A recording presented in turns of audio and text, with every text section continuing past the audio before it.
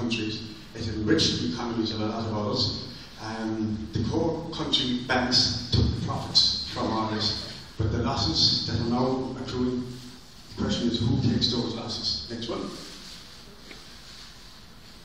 Again, a lot of people here, and I was one of them when this all started, and you were wondering about all these different types of bonds, junior, senior, guaranteed, unguaranteed.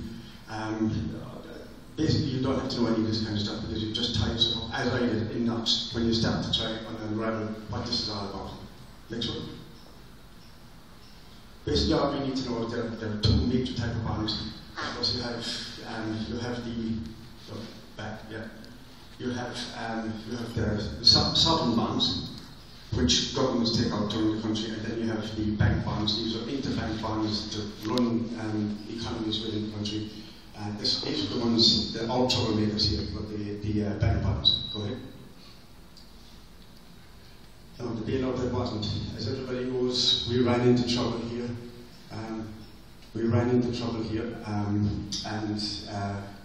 The ECB, the EU and the IMF came in to bail out the country. But it was a Trojan horse because the ECB came in here with one thing only in mind, and that was to bail out the banks and the bank bondholders specifically. In a bailout, normally in a bailout you get a write-down of debt. There was absolutely no write-down of Irish debt. There wasn't 1 cent of write-down of Irish debt. Instead, we got debt piled on debt. We got the bank debt piled on our own debt. So there was no bailout for Ireland. Next one. The bailout that was the bailout of the banks. And here, you have this, okay. Yeah, I don't know if it's going on. It stops so it doesn't keep going automatically. Yeah, okay. It happened in America, but the bailout that was the bailout of the bank bondholders. And that's what happened here in this country. The ECB came in here with one agenda and one agenda only to make sure that we paid for the bondholders in the various Irish banks. The exposure at the time, I think, was up to €100 billion. But to try to come in, and every now and again they pat us in the head and they tell us, we're doing a great job here, we're following the program. But as I said in this thing here, when Peter is being robbed to pay Paul, then Paul, of course, is always going to be very, very happy. Next one. Oh, this is capitalism in full flow. This is a shot taken from Wall Street. You have one of the couple of the foundation stones of capitalism is that you have profit and loss. You have risk and reward. And that's what happens with money. Next one. Okay, capitalism will end. There are two fish swimming through a wall. One fish tosses it up and says, damn.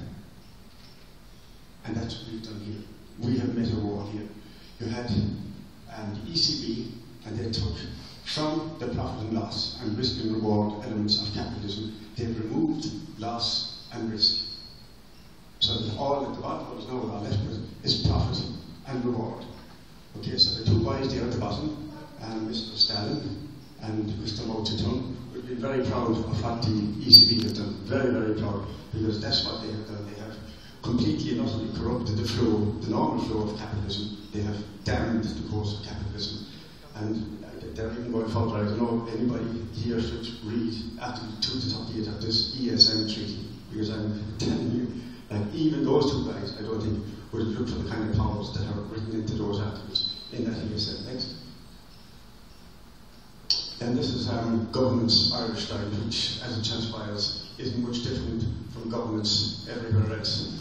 You have up there on top, you have this thing, and we've been told here, like we were told before the election, we will not put another cent into Anglo-Irish, we will not, it's Frankfurt's way or Labour's way, there will be bought and sharing. And then you have them, the ECB getting cotton by the throat and basically head up saying, you lie, which is what happened here. And then at the bottom, in that election, you had, the guy on the television there, Labour's way or Frankfurt's way, Anglo, not another cent. And you have this couple of people, and I wonder if this is true. They said, apologies to you there, no, Stephen, he said, but I never trust a politician who was intending me a lie.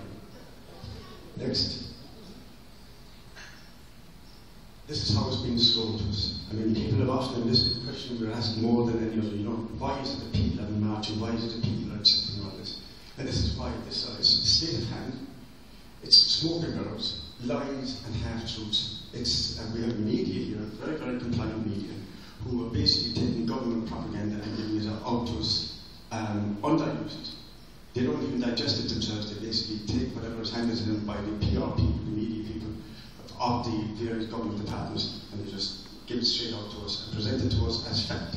So we have these false victory claims, that are made time and time again after all these summits. And we also have, at the same time, the real truth being hidden from us. If you look at the two on top, and look at the body language, and then look at the two underneath us, you'd ask yourself, did they even trust each other? We're expected to trust them. Look at the body language, and you ask, did they even trust each other? On September 29th, there was the blanket bank guarantee scheme, €5 billion, going to be the cheapest bank bailout that ever was in history. All four of those agreed on that. Right? All four of them voted for that. In November 2010, we had the Trike agreement. The twin Bryans on top agreed on that. But Enda and Michael underneath vehemently opposed that. Then on February 2011, and the last weekend of it, after the general election, we had the flip-flop. And we had, voila, Michael and Enda were the new champions of the Trike. And as for Eamon Gilmore, we found out that Labour's way is Frankfurt's way. Next. This is taking longer than I thought. And I was talking about state of hand and smoking magicians, but this is David Blaine, I'm sure you've all heard of him, but I think that even David Blaine would have struggled to perform this trick, how to transform €5 billion into €100 billion, because the original cheapest bank guarantee ever was going to cost us €5 billion. It is now the most expensive official bank guarantee, a bank bailout ever, at €100 billion. Even David Blaine was struggling to do that. That's right. Another magician that you might have been familiar with, a impressive man in a different sense. And this is a trick that maybe Tommy Cooper might have tried. And he was how to transform €22 billion into €5 billion. Because €22 billion was what our pension reserve fund was at in 2009. It's now at €5 billion, just like that. Just like that. The difference between Tommy and our brokers is that Tommy was deliberately bungling. All guys, think that they're doing the right thing. Next. And this is a fairly serious slide. Three fairly serious people up on top there. The succession stakes. Diarmaid O'Flionn on the left, Fianna Fáil founder, Michael Collins in the middle, First Minister for Finance, Fine Gael Starbuck, and on the right, James Connolly of Labour.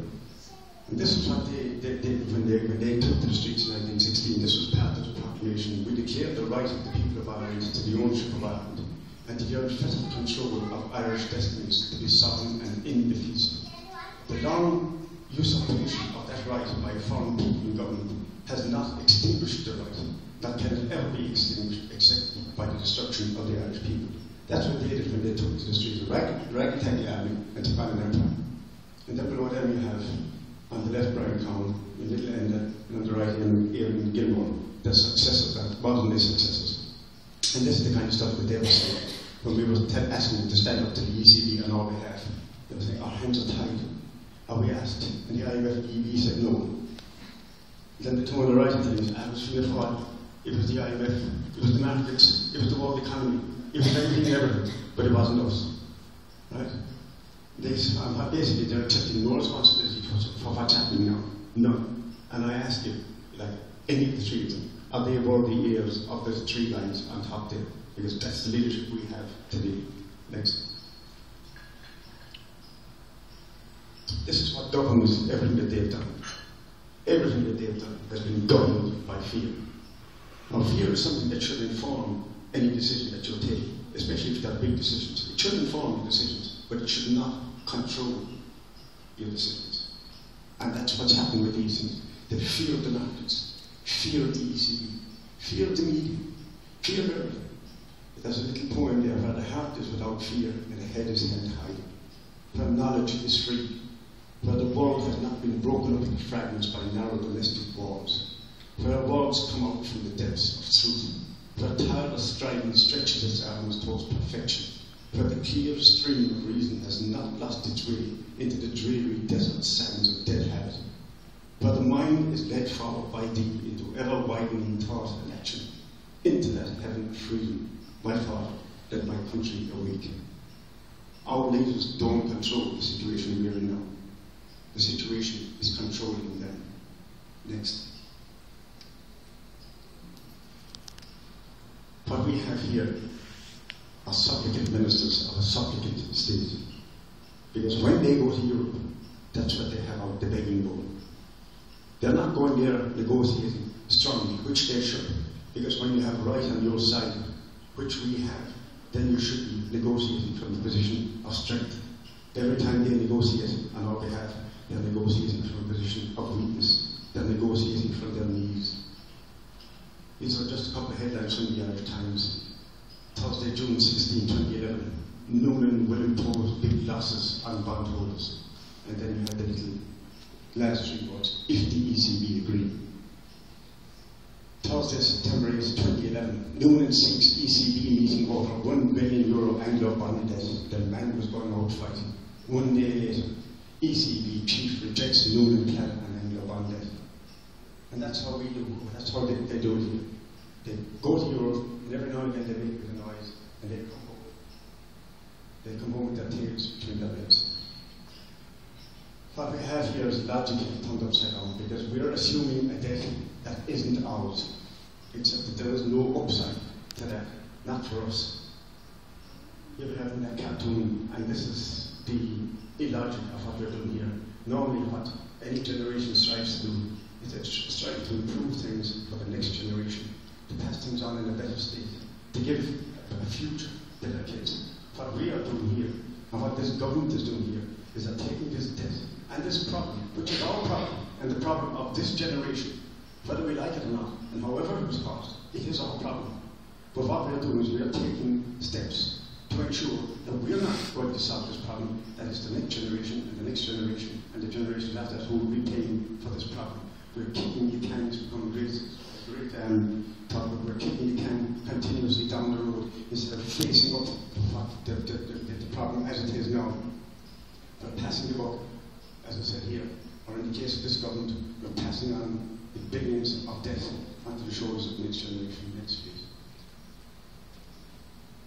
The illogic was, what we were told, the reason we were told that we had to borrow all this money from banks was that if we didn't pay off all these bank bonds, that the ECB would no longer lend money to the Irish Central Bank to keep the liquidity in the system, to keep the banks going, to keep the economy going.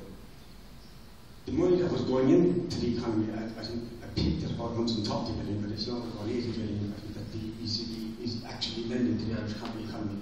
So to enable us to borrow 100 billion from the ECB, we have taken on a debt that will rise to 100 billion. It's currently 69.6 billion that we put into the banks, but by the time everything is done and the interest is paid and all these bonds are paid, it's going to rise to 100 billion.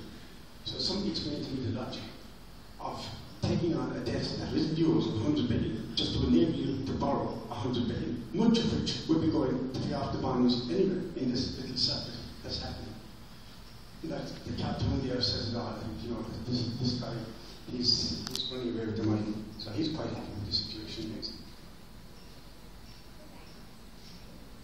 What I'd like to know here is who is calling the shots anymore. I mean, we have governments that are bending the knee and that are completely enthralled to the markets. And that's what we're hearing constantly. The markets, the markets, the markets, the markets. We've got to get back to the markets, we've got to reduce the markets, we've got to reduce the markets. And I'm asking that, who's legislating? Who's making the rules here? Who's in control here? You know, at the top here we have this thing like the banks, all these banks were too big to fail. And the question I ask that is, what about people? You know, are we not too big to fail? Our country's not too big to fail. But at the moment we're on the altar. I mean, Greece has already been sacrificed. We've been sacrificed. Spain is about to be sacrificed. Portugal will be sacrificed. Also, these big banks can keep making their major profits. You know, you have the big guy there at the bottom, and like the number of people in this country that are distressed at the moment, and they can't pay their mortgages, they can't pay their bills. You know, it says the banks are too big to fail. These are small enough to fail, but they're still big enough to fund the bailout. And that's what's happening here. Banks look after banks. We know that. Governments, we thought, were supposed to look after after the banks as well at the moment. So I ask you, who's looking after the people? Nobody's looking after, and that's why we have to look after ourselves. This is how it's happening. Bank debt becomes national debt, which leads to the death of a nation. The bus going over the edge of the cliff, and it's funny because I was talking to Constantin earlier on, as he was talking about here, reckons that this is not going to turn around until we actually go over the edge of the cliff. But here it is, the edge of the cliff. And we're in that bus, and the driver's telling us, well, the good news is that we're falling less fast. And that's the good news. But we've turned the corners and all that. You know, this is what we found. We've turned so many corners at this stage that we're kind of our own backsides that happen down at the bottom here we have, it's just the theory. We produce this every week, the bottom watch, Donnelly does it. And these are the figures that are that you should know about. The gross government debt at the moment is about 165 billion. The bank bonds, which we're told are no longer a factor, bank bonds, from 2012, 13, 14, 15, will come to 55 billion euro in total. That's an average of 15 billion euro per year going out of the Irish economy. I don't care about that. Guaranteed bonds, unguaranteed bonds, what kind of bonds? It doesn't matter. It is money that is leaving the Irish economy every year. And then people wonder why the banks can't lend. It's because the banks don't have a pot to piss in at the moment. They don't have it. Because tell them, Anglo-Irish, which we all know is in trouble, on October 1st, we'll be paying an unsecured bond, unguaranteed bond, €1 billion. That's all money going out. And we're told this is no longer a factor. The deficit borrow, the biggest amount from 2025, 2012 to 2015, this is just the 4 years. The coming 4 years is 12.4 billion. The deficit borrowing on those 4 years is 50 billion. The government bonds in those billion, and a lot of people don't even talk about those, but they're going to mature into it. That's another 17.8 billion. When you add it all together, you say, where's my safety net? How do I get out of here? Because we're heading for some crash. Is all I can say. We're heading for some crash next. Narcosi, we all knew about Narcosi, thanks to God, we've ended over the two-headed monster of Europe. So we, like, why level there? We didn't even have a pretense of democracy. I mean, everybody, we all know about Lisbon at this stage, and how Lisbon was supposed to spread the democracy across Europe, that you were not going to have a situation where the big countries like France and Germany were going to be able to dictate to smaller countries, because under this voting system that they were proposing, we were going to be able to punch above our weight, and so we're all the smaller countries, and we were going to get our point across, we would never be dictated to, we were going to be part of the community. And what happened? You know, when this thing just exploded, we saw the real European community. It was no community. We had dictatorship by Germany and by France to the rest of us. And that's what we had. Dictatorship by Germany and France. There wasn't even a pretense of democracy. They got together, before they had all these summits, the leader summits, they got together, they decided what was going to be the size of these summits. There was even a pretense. We had no voice. And I think we've learned what this, like the original idea of the European community, the European Union, was to put an end to dangerous rampant nationalism, the kind of nationalism that led to the 2 world wars. And this was what was supposed to happen in this community. And it was happening. But what has happened now, that the economics have taken over, and it's become an economic community more than anything else, is that you have had the likes of Merkel and Sarkozy, who brought back in the old nationalism and started to demonize the Greeks, and demonize the Irish, and demonize the Portuguese. And again, you had the old pitting nationalism of one country against another. But there was a meeting last month, June, of the month before last, and the door opened for us. And these were the new European twins. We had Mario and Mariano. Mariano Reggio and Mario Monti. And at the Eurozone Summit, Leader Summit of June 29th, they got together and they stood up to Merkel. And they told him, no. They said no. They said what we've been saying for the last year and a half. They said, no, we are not going to go down the road that Ireland was forced down. And we will not have the bank debt forced through the south. No, they're still fighting their hands to try and manage that. But at least they came out with this statement. So in 250 words, the only bottom line in the Ireland permanent form there that came out after the first line, where they said, we affirm that it is imperative to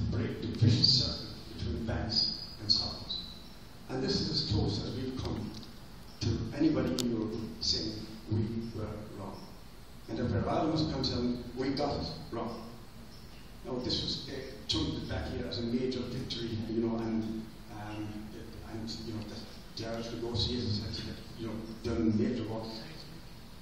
All this, lads, is a door open, that's all. It's just a door open. Next one, please.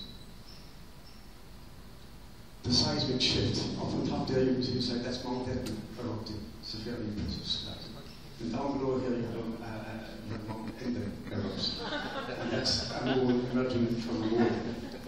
And that's what happened, because Etna came from that meeting. And he came out and he was all puffed up, he was looking better than anybody else because he had the makeup on and everything else. And he claimed, you know, that he had won a major victory for Ireland with this. But this is the statement that Enda had managed to get in. The Eurogroup will examine the situation of the Irish financial sector, and I've highlighted this now, with the view of further improving the sustainability of the well-performing adjustment programme. Now, I ask you, how can anybody take that sentence and read into it that this is, or Ireland is going to get 40 billion, which some of the newspapers said, 50 billion, which others said, that we're going to get that. How can you take that statement and transform it into that? Because I can. That to me is just a general statement that wasn't even necessary to put in there. Because they're always looking at our debt programme to check on its sustainability. And they're not looking at it to see how we benefit from it. They're looking at it to see how we can continue to make payments on the debts that are not ours. That's the only reason you ever look at our programme. Every now and again we get an alleviation of the interest rate or maybe an improvement on the terms because they've looked at us and they've decided, you know, they can't continue to pay this, but we must continue to get the money. So we just reduce the interest rate a little and we improve the terms a little. And that's the only reason that they do this. This does not translate to those people. We have major work on our hands. Next one. Well, the idea, these are the numbers, this is why we're not cheap.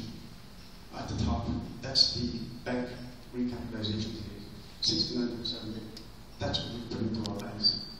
The breakdowns underneath that.